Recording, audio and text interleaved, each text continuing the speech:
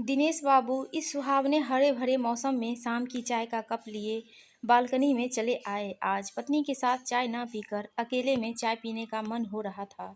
उन्होंने अपने मकान के चारों ओर के वृक्षों को देखा, वह भी इस बारिश में हरे भरे धुले होकर अपने नए रंग रूप पर खुशी से झूम रहे थे। चारों ओर छाई हरियाली सबको लुभाने लगी थी। प्रकृति का यह हरा भरा मनमोहित रूप भी दिनेश बाबू को रिझा न पा रहा था। वह चाय के हर सिप के साथ सोच रहे थे कि उनके 60 वर्षीय जीवन में अभी भी कहाँ है प्रकृति सा हरा भरा सुख। उन्हें तो लगता है जैसे वह भीतर से जेठ की दोपहरी सा तप रहे हैं। कई दिनों से उनका मन बेचैन चल रहा था। दिनेश बाबू 1 वर्ष पूर्व ही रिटायर हुए थे। उन्हें पेंशन व अन्य स्रोत से मिलने वाली धनराशि 15 लाख बनी थी। वह सोचते थे कि इस धनराशि और बैंक में जो कुछ बैलेंस शेष है उसे मिलाकर वह 25 वर्षीय बिटिया सीता का साधारण स्तर का विवाह तो कर ही देंगे। दिनेश बाबू एक पुत्र और एक बेटी के पिता हैं। उनके जीवन में थोड़ी बहुत खुशी आई तो यह कि उसके पुत्र शुभम की सरकारी नौकरी लग गई थी। पत्नी शोभा अपनी घर गृहस्थी चलाने में बड़ी होशियार थी। वह फिजूल खर्ची को रोक आने वाले समय के लिए पैसा जोड़ने में विश्वास रखती थी। वह अच्छे से जानती थी कि आज अपने स्तर के अनुकूल साधारण विवाह में भी 10-15 लाख रुपए खर्च होना मामूली बात है। वह भी अपने पति के साथ बेटी की नित बढ़ती उम्र को लेकर चिंतित रहती। चाहती थी कि जल्द ही कोई अपने समाज का सुंदर, अनुकूल और सरकारी नौकरी वाला लड़का मिल जाए। सीता ने पढ़ाई पूरी कर 2 बार टीचरशिप के लिए प्रतियोगिता दी, लेकिन हर बार असफल रही। लगता है जैसे उसकी मेहनत व भाग्य के साथ 36 का आंकड़ा हो। और इतना ही नहीं, शायद शादी के लिए भी जैसे भाग्य रूठा हुआ हो। वह लंबे कद की, गोरी और सुंदर चेहरे वाली लड़की थी, लेकिन वह शरीर से सामान्य लड़कियों की तुलना में कुछ भारी बदन की थी। वह इसके लिए सदा चिंतित रहती, पर वह करे तो क्या करे। डाइटिंग की और कुछ योगा भी किया, पर विशेष फायदा नहीं हुआ। दिनेश बाबू सीता के संबंध के लिए जहाँ भी अपने समाज का समारोह पर रिश्तेदारों में शादी विवाह होते तो वह लड़का निकाह में निकालने के लिए जाना नहीं भूलते। पर वहाँ कहीं भी बात होती तो लड़के वाले कह देते, नौकरी वाली लड़की चाहिए। आज समाज बदल गया, दोनों की कमाई से ही घर में संपन्नता बनी रहती है।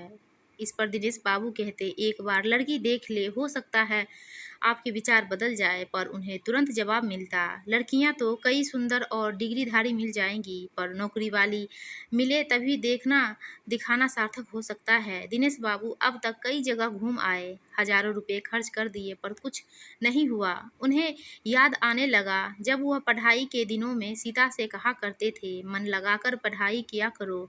आज फर्स्ट डिवीजन का नहीं, अच्छे प्रतिशत मार्क्स लाने का महत्व है। प्रतियोगी परीक्षाओं में हजारों प्रतियोगी बैठते हैं, बहुत कंपटीशन है, अतः सफल होने के लिए बहुत अधिक लगन से मेहनत करने की ज़रूरत होती है। पर उनकी हिदायतों को कहाँ सुना गंभीरता से। अब सरकारी नौकरी तो जैसे सपना हो गई, और इधर सबको चाहिए सरकारी नौकरी वाली लड़की। दिनेश बाबू पत्नी के साथ अपने दुख को व्यक्त कर आए दिन सीता के बारे में सोचते नहीं थकते। कब तक घर पर बिठाए रखे, शादी की उम्र तेजी से भागी जा रही है। यूँ तो 1-2 बार हल्के फुल्के अनमेल रिश्ते भी आए, पर उनके साथ बेटी की संबंध कैसे स्थापित कर दे। जैसे ही स्कूलों का नया शिक्षा सत्र चालू हुआ तो सीता ने अपनी कॉलोनी में संचालित एक निजी स्कूल में पढ़ाना शुरू कर दिया। इससे उसका अच्छा टाइम पास होने लगा, लेकिन उसकी इस नौकरी से माता पिता की चिंता दूर नहीं हुई। दिनेश बाबू व शोभा बहुत समय तक तो अच्छे रिश्ते की प्रतीक्षा करते रहे, पर कुछ हुआ नहीं। उन्होंने अब तो यहाँ तक भी मन बना लिया कि अपने समाज में नहीं तो अन्य समाज में भी कोई योग्य संस्कारिक वर मिल जाए तो वह भी अपनी बिटिया के हाथ पीले कर देंगे। इधर उनके पुत्र शुभम के लिए रिश्ते आना शुरू हो गए। 2 रिश्ते उन्हें पसंद भी आए, कहीं लड़की सरकारी नौकरी में टीचर तो कहीं नर्स। सभी लड़कियां शुभम को भी पसंद थी, बस निर्णय करना था कि किस रिश्ते को फाइनल करे। पर जब भी रिश्ता स्वीकारने की बात आती तो बेटी का ध्यान आ जाता। पहले बेटी की शादी हो जाए तो ठीक रहे, अगर पहले लड़की की शादी हो गई तो समाज कहेगा जवान बेटी को घर पर बिठा रखा है, बेटा छोटा है तो भी उसकी शादी करने चले। लड़की की तो कोई चिंता ही नहीं हाथ पीले करने की। आखिर उन्होंने निर्णय कर ही लिया कि पहले बेटे का ही विवाह किया जाए। समाज कुछ भी कहे, उन्होंने गुवाहाटी वाली लड़की के लिए शादी की सहमति उसके परिजनों को भिजवा दी। लड़की सरकारी स्कूल में टीचर थी। अच्छी बात यह रहेगी कि दोनों शिक्षा विभाग में नौकरी में रहेंगे। दोनों परिवार में सब कुछ तय हो गया। शादी मार्च में होना निश्चित हो गया। शादी समारोह गुवाहाटी में ही होना था। अभी 5 माह समय शेष था। शुभम का रिश्ता तय हो जाने के बाद सीता अब परिवार में उदास रहने लगी। वह अपने भाग्य को कोसने लगी। सोचती, क्या वह अविवाहित ही रहेगी और माता पिता व भाई पर भार बनकर जिएगी। अब वह शाम की चाय भी अलग ही कमरे में जाकर पीती। माता पिता भी उनकी मनस्थिति समझकर दुखी होते। वे उससे कहे तो भी क्या कहे। त्योहारों की छुट्टियों लगी तो सीता इस बार अपनी बुआ के घर दिल्ली चली गई। बहुत समय से बुआ उसे अपने यहाँ आने को कह रही थी। उसके फूफा जी LIC ऑफिस में अधिकारी थे। एक रविवार को उसका परिचित एक युवा कुणाल उनसे मिलने आया हुआ था। वह फूफा जी से बातें कर रहा था। बुआ तब पूजा पाठ में व्यस्त थी। सीता के फूफा जी ने उससे चाय बनाकर लाने को कहा। सीता को यहाँ आए हुए अभी कुछ ही दिन हुए थे, पर उसे पता लग गया था कि किचन में कौन सी चीज़ कहाँ रखी है। उसने चाय बनाई। चाय लेकर वह ड्राइंग रूम में गई तो कुणाल उसे गौर से देखता रहा, जैसे वह उसमें अपने लिए कोई संभावना तलाश रहा हो। इसी बीच बुआ भी कमरे में आ गई। चाय की हर सिप कुणाल को बहुत भा रही थी। उसने चाय के 2-3 सिप लेने के बाद कहा, वाह क्या चाय बनाई है, बहुत अच्छी और मज़ेदार। वह तो कहना चाह रहा था चाय बनाने वाली की तरह अच्छी व सुंदर, पर उसके दिल से निकले शब्द होठों तक ही सिमट कर रह गए। बुआ उनके अनकहे चेहरे के भाव को समझ गई थी। कुणाल बैंक में बाबू के पद पर कार्यरत था। उसे वेतन भी अच्छा मिलता था। उसकी पत्नी की साल भर पूर्व मृत्यु हो गई थी। उसकी शादी हुए भी 2 साल ही हुए थे कि उसे इतना बड़ा हादसा दुखी कर गया। कुणाल का मन आज ऐसा हो रहा था कि सीता के हाथ की चाय एक बार और पी जाए, पर उसने संकोचवश कुछ कहा नहीं। लेकिन बातों का सिलसिला आज लंबा चलता रहा तो फूफा जी ने पत्नी से कह दिया, थोड़ी चाय और भिजवा दो। सीता फिर चाय लेकर आई। इस बार बुआ किचन में आई और नमकीन की प्लेट भी सीता से कमरे में भिजवा दी। कुणाल ने सीता को फिर एक बार अपने दिल से जुड़ाव वाले रिश्ते से उसे देखा और मन ही मन मोहित हो गया। फूफा जी ने जल्द चाय समाप्त की। उन्हें बुआ के साथ कुछ समय के लिए डॉक्टर के पास जाना था, सो वह कुणाल से यह कहकर चले गए कि अभी आधे घंटे में लौट कर आते हैं। उन्होंने जाते हुए सीता से कहा कि वह कुणाल के साथ बातचीत करे। सीता का दिल नहीं चाह रहा था कि वह अनजाने युवक से बात करे, पर कुणाल तो चाह ही रहा था कि अकेले में बात करे। उसने श्याम जी का आभार जताया। उन्होंने उसकी मन की मुराद पूरी कर दी। कुणाल धीरे धीरे चाय के साथ नमकीन खा रहा था। उसने अपने सामने बैठी सीता से बातों की शुरुआत अपने परिचय से की। उसने अपने बारे में सब कुछ बता दिया कि वह बैंक में बाबू है और विधुर है। कुछ माह पूर्व ही पत्नी की मृत्यु हुई है। कुणाल के दिल में सीता की चाहत दिल में ठक ठक करने लगी थी। सीता ने भी अपने बारे में बताया। प्रयास यही है कि नौकरी मिलने के बाद ही शादी की जाए। मेरे मम्मी पापा भी यही सोचते हैं कि नौकरी लगने के पर ही अच्छा परिवार व अच्छा लड़का में सुविधा रहती है, मिलने में सुविधा रहती है। अभी उनकी बातें चल ही रही थी कि फूफा जी व बुआ आ गए। उनकी भी यह सहमति बनी हुई थी कि दोनों को बातचीत करने का अवसर दे।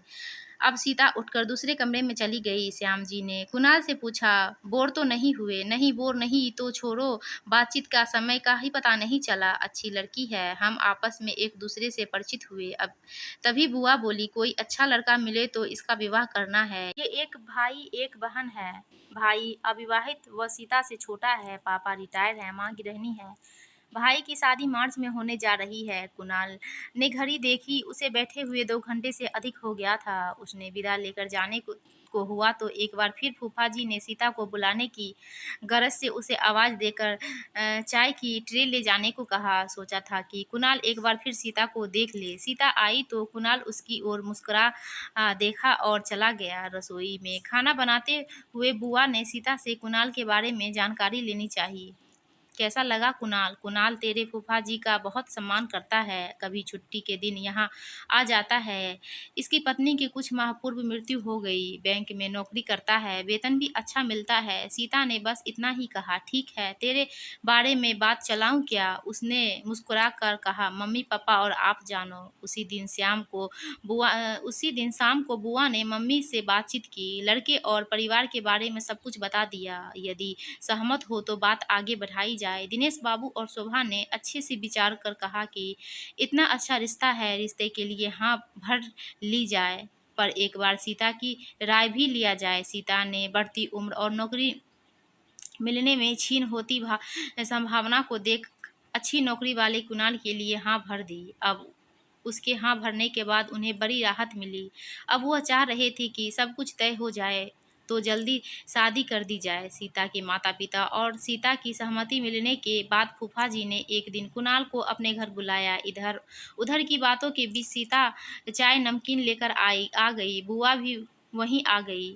चाय पीते कुणाल ने एक बार फिर सीता की ओर प्यार भरी नज़रों से देखा। सीता कुछ देर खड़ी रह चली गई। तभी बुआ ने कुणाल का मन टटोलते हुए कहा, इसके लिए लड़का तलाशना है, जल्द ही शादी करनी है। कुणाल ने कहा, यदि आप चाहे तो मैं सीता के बारे में सोचूं, वैसे मुझे सीता पसंद है। कुणाल के मुंह से उन दोनों की मनचाही बात पूरी होती देख उन्होंने 1-2 दिन में फाइनल जवाब देने को कहा। मैं भी अपने परिजनों से विचार विमर्श कर जानकारी दे दूंगा। फूफा जी ने कहा, सब कुछ दोनों ओर से अनुकूल होता है तो इसके माता पिता की इच्छा है कि शादी जल्द ही करा दी जाए, क्योंकि मार्च में इसके छोटे भाई की शादी है। कुणाल के परिवार को भी सीता पसंद थी। गुवाहाटी में ही शादी समारोह का आयोजित करने का निर्णय हुआ। कुणाल ने फूफा जी से कहा कि शादी समारोह सादे में होगी तथा लेन देन जैसा कुछ नहीं होगा। सीता की छुट्टियां पूरी होने को थी।